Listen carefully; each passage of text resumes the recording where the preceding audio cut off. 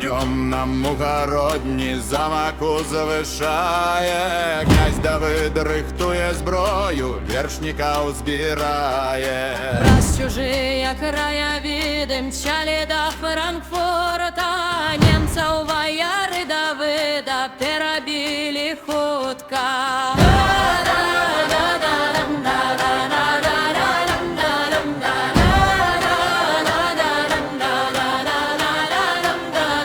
Задоволен Наполеоном князькая дружина, 1005 німецьких фройлян подзялили живо. Але як два Літвіна сварку розпалили, найпригожую дівчину між собою ділили.